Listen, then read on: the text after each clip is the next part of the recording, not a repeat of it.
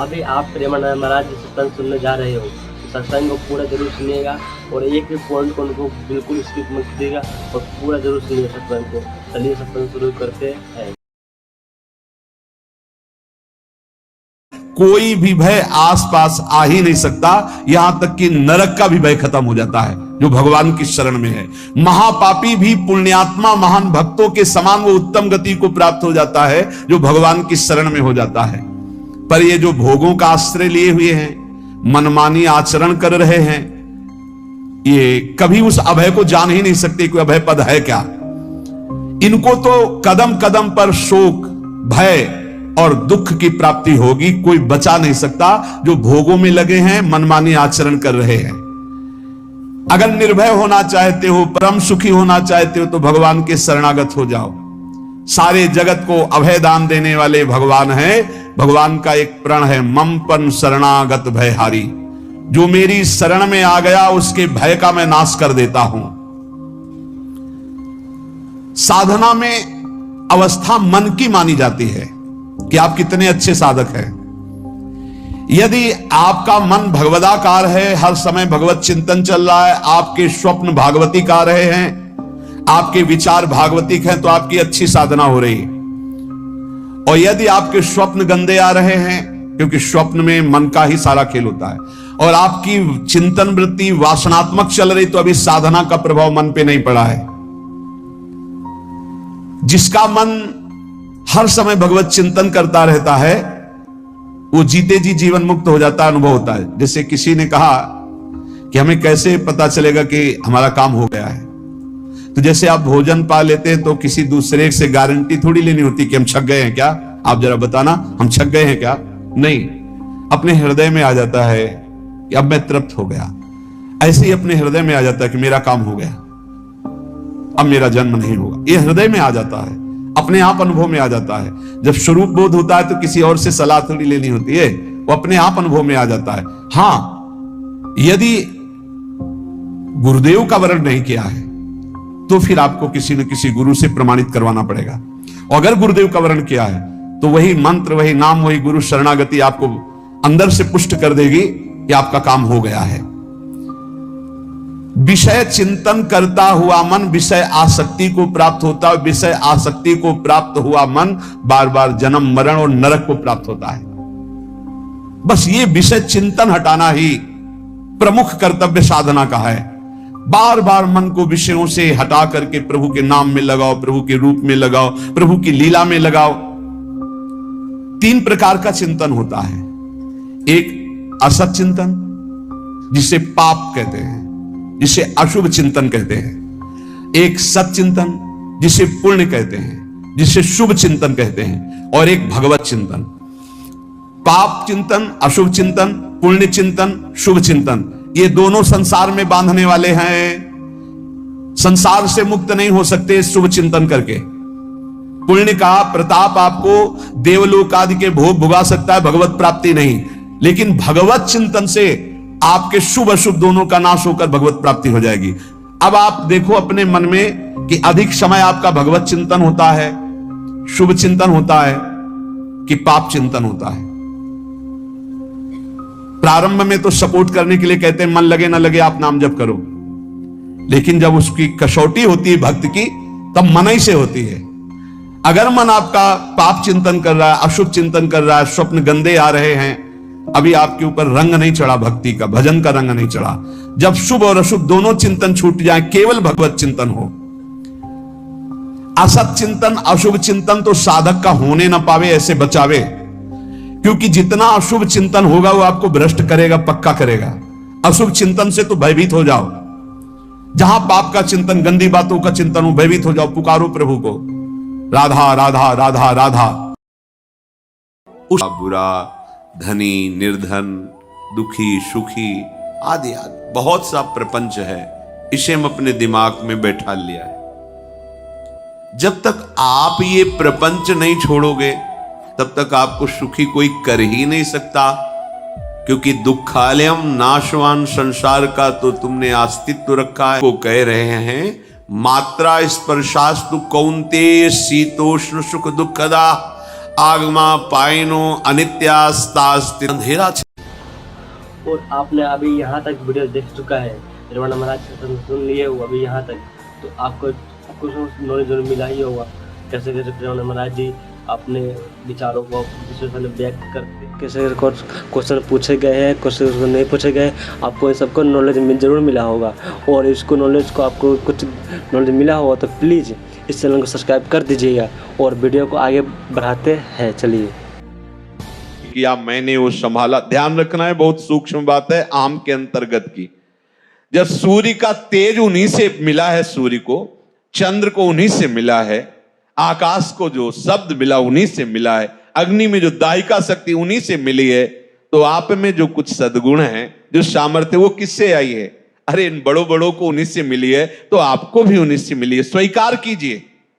स्वीकार करने मात्र से आपको दर्शन होने लगेगा कि प्रभु के द्वारा मैं संचालित हो रहा हूं, मैं अहंकार या माया के द्वारा संचालित नहीं हूं। तमेव शरणम गच्छ सर्वभावेन भारत, तत्प्रसादात् पराम शांति स्थानम प्राप्स्यसि शाश्वतम। जो बिहारी जी की शरण में हृदय से हो जाता है, सही पूछो कुछ करने की जरूरत नहीं। कह रहे तत्प्रसादात् पराम शांति।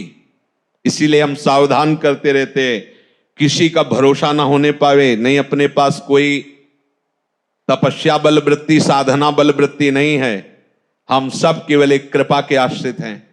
अगर किसी अन्य का भरोसा हो गया, अन्य का आश्रय हो गया, तो चूक हो जाएगी। हमारा लोक परलोक गति सदगति जो भी है, हमारी गति मति एकमात्र केवल भरोसा प्रियाजू से, बस। और इसी से बेपरवाह रहते हैं, और बेपरवाह रहिए, यहां कभी चूक नहीं हो सकती। हमारे अहम में चूक ही चूक है, और यहां कभी चूक नहीं हो सकती। करुणा कर उदार, राखत कछु नसार। इसलिए बात पकड़े रहना। कांप जाना अगर अन्य भरोसा होने की बात आवे कि पूरा का पूरा हमारा तो संविधान ही खत्म हो गया। इसमें किसी भी व्यक्ति का कभी कोई बल आश्रय मत ले लेना, चाहे वो सोने की पूरी महल बनवा दे, आश्रय इतना भी अगर डिगे तो गए। बस आप समझ लो, हमारी जो भगवत प्राप्ति की दहाड़ है वो केवल इनके भरोसे से है। एक एक शब्द वाणी का मनन करने पर यह बात कह रहा हूं। इस शरीर की चिंता नहीं करनी, पोषण भरण न चिंत कराएं, और भगवत प्राप्ति की भी चिंता नहीं करनी। वो प्रभु कह रहे हैं, मैं स्वयं। तत्प्रसादात् पराम शांति स्थानम प्राप्स्यसि शाश्वतम। शब्द पकड़ लीजिए, कोई यहां साधन वर्णन नहीं कर रहे। तमेव शरणम गच्छ सर्वभावेन। सब भावों से एक बिहारी बिहारिन की शरणागति स्वीकार कर लो, वो आपको पकड़ करके चलाना। ऐसे चलो, ऐसे चलो, कृपा करके वो आपको सद्मार्ग में चलाकर महात्मा बना देंगे। और अगर आप भरोसा दृढ़ कर लिए तो तत्प्रसादात् पराम शांति स्थानम प्राप्स्यसि शाश्वतम। ये वृंदावन शाश्वत स्थान है, इसकी प्राप्ति हो जाएगी, आवागमन से मुक्त हो जाओगे, परम शांति। अब चौथी बात है कि अपने प्रभु को सबसे बढ़ करके मानना। तो हम बाहर तुरंत खोज करने लगते हैं, अंदर प्राण बहुत प्रिय है, देह बहुत प्रिय है, आदि आदि एक एक रोम प्रिय है। देखो ना कैसा राग है। इन सब से बढ़कर प्रभु लगने चाहिए। इस बात की जब भगवान ने अपने भक्तों से परीक्षा ली तो थर्रा जाओगे, सोच करके थर्रा जाओगे। आरा चलवा दिया महाराज ने, मैं सबसे बढ़कर प्रिय हूं। चला, दोनों खड़े हो, अपने पुत्र को आरे से चीरो। सोचो आप कैसी। हाँ, मैं प्रिय हूं, चलो आग, लकड़ी का एक बनाया जा रहा है होली की तरह, और उसमें बंद कर दिया गया प्रहलाद जी को, कबीरदास जी को आग लगा दी गई। देखो प्रिय है? बिल्कुल नहीं। मुस्कुराते हुए से, कुछ नहीं हो, एक रोम भी नहीं झुलसा, ना प्रहलाद जी का ना कबीरदास जी का। विभीषण के घर में धुआं भी नहीं घुसा, लंका में कहीं कुछ बचा नहीं।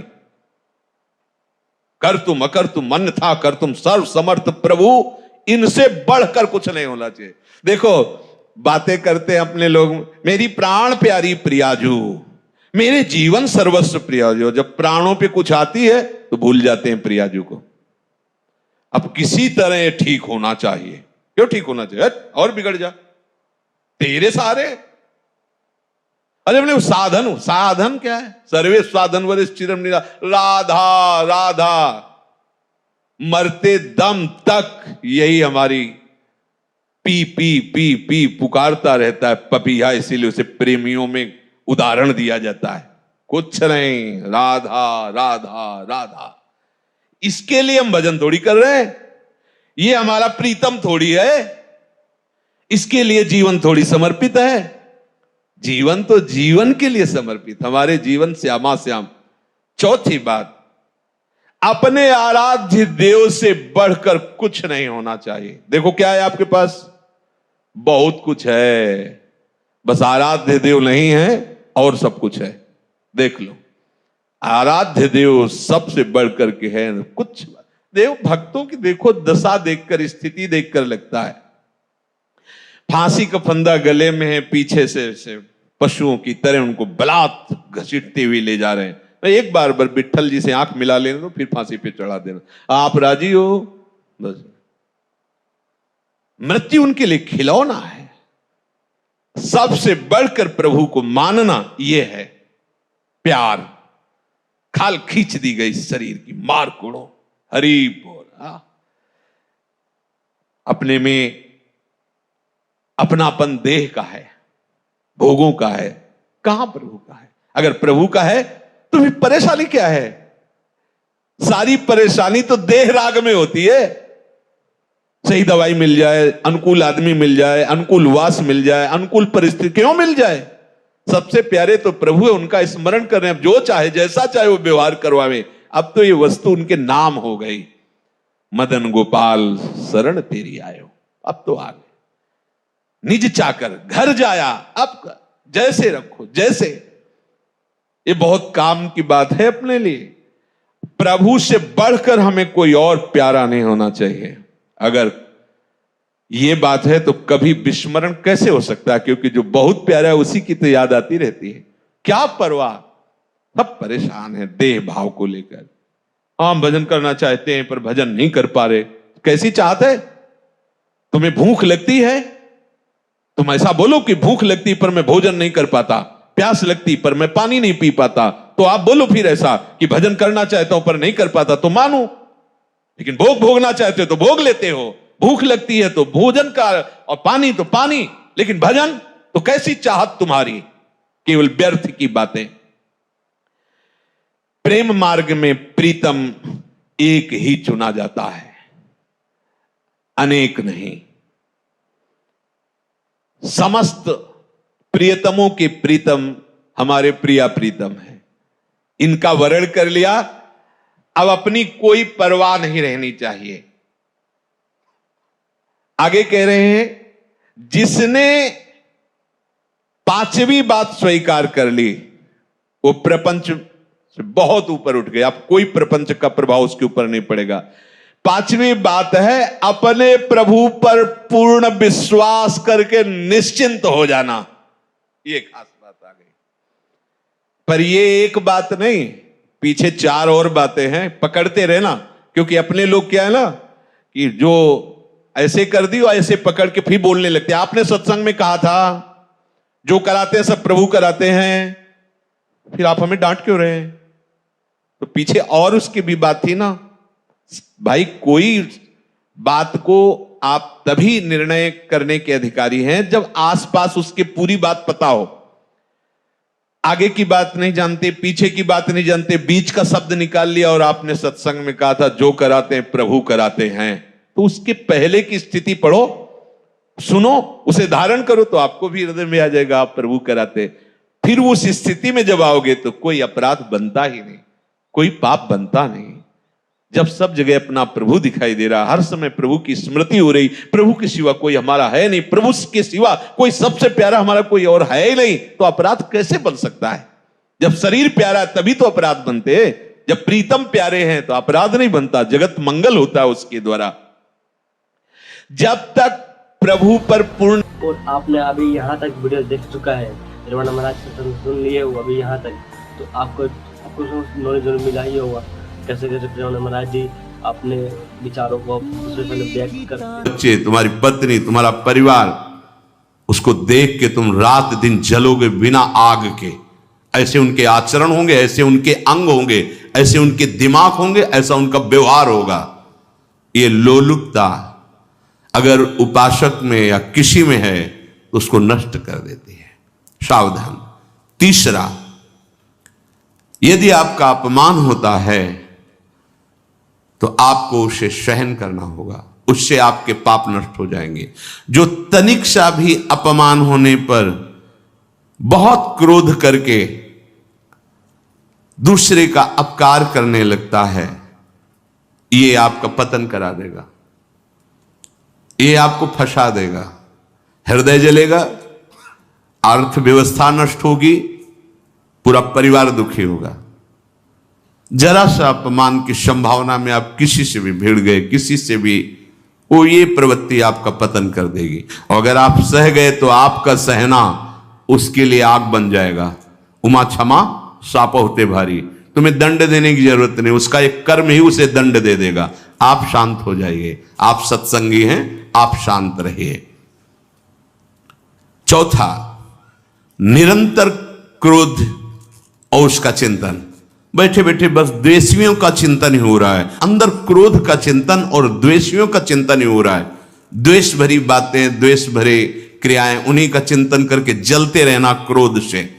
उपासक को तो क्रोध करना ही नहीं चाहिए, बहुत शांत। ठीक है, अभ्यास में कभी क्रोध हो सकता है, उसको फिर समन करो, अंदर से प्रायश्चित जैसा कि अब गलती हुई, आगे नहीं करेंगे।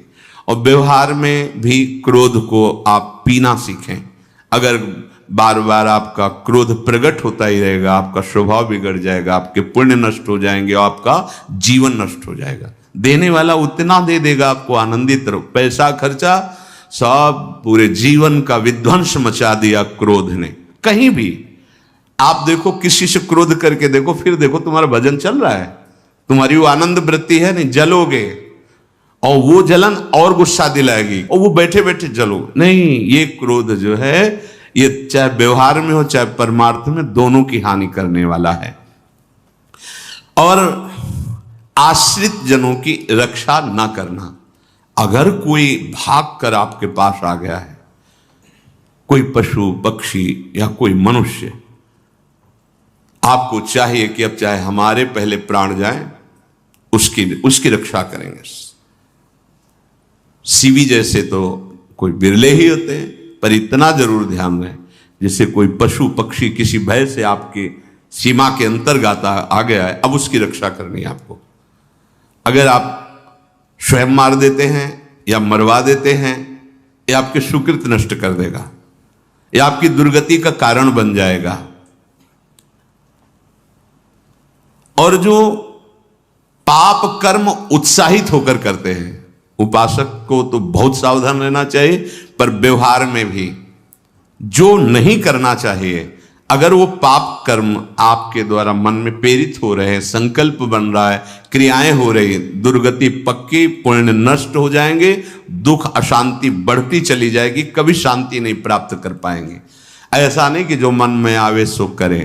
पापाचरण निडर और उत्साहित होकर करना, अगर ऐसे लक्षण है, निश्चित दुर्गति होती है। ये 6, अपनी बहुत बड़ाई करने वाला अपने मुख से, लोलुपता, तनिक से अपमान में सहन ना करने वाला, निरंतर क्रोधी और आश्रित जनों की रक्षा न करने वाला, और निडर हर्षित होकर पाप कर्म करने वाला। दूसरे श्लोक में 7 है, 6 ये 7। 1, संभोग का ही चिंतन करना, संभोग में ही मन लगाना, संभोग दूसरी स्त्रियों के साथ करने की भावना रखना, जीव नष्ट हो जाता है। ठीक है, धर्मयुक्त काम भगवान ने आदेश किया है। आपका पाणी ग्रहण संस्कार हो गया है, संतानोत्पत्ति की भावना से कुछ पवित्र तिथियों का त्याग करते हुए चर्चा में हुई है। एक नियम है, एक आदेश है शास्त्र का। आप बहुत काम प्रवृत्ति वाले हैं तो प्रत्येक मास में जब माता बहनें पवित्र हो जाती मासिक धर्म से, तो जिनका पाणी ग्रहण आपने किया, जो पत्नी स्वरूप है, वो ठीक है। वहां भी बार बार के लिए व्यभिचार प्रवृत्ति के लिए शास्त्र आदेश नहीं करता, संयम पूर्वक, और उसका चिंतन नहीं करना। पाणी ग्रहण संस्कार है, घर में विराजमान है, एक संयम एक नियम के अनुसार उसका चिंतन तो फिर भ्रष्ट कर देगा। चिंतन प्रभु का करना है, चिंतन प्रभु की सेवा जो आपके कर्तव्य, इसके चिंतन से बचो। घातक है, बहुत बड़ा जहर है। अगर विषय चिंतन होने लगा तो मरोगे, जिंदा जलोगे, दुर्गति भी होगी। ये अंदर की जो आग है ना, कामाग्नि, ये इतनी बढ़ती चली जाएगी, तुम्हारे होश खराब हो जाएंगे कि मुझे क्या करना चाहिए, क्या नहीं करना चाहिए। कोआ मदांधो मदना तुरोमा, अंधा हो जाएगा, नहीं दिखाई देगा अनुजा तनुजा क्या है कौन है, कुछ नहीं, भ्रष्ट बुद्धि। संभोग का चिंतन नहीं।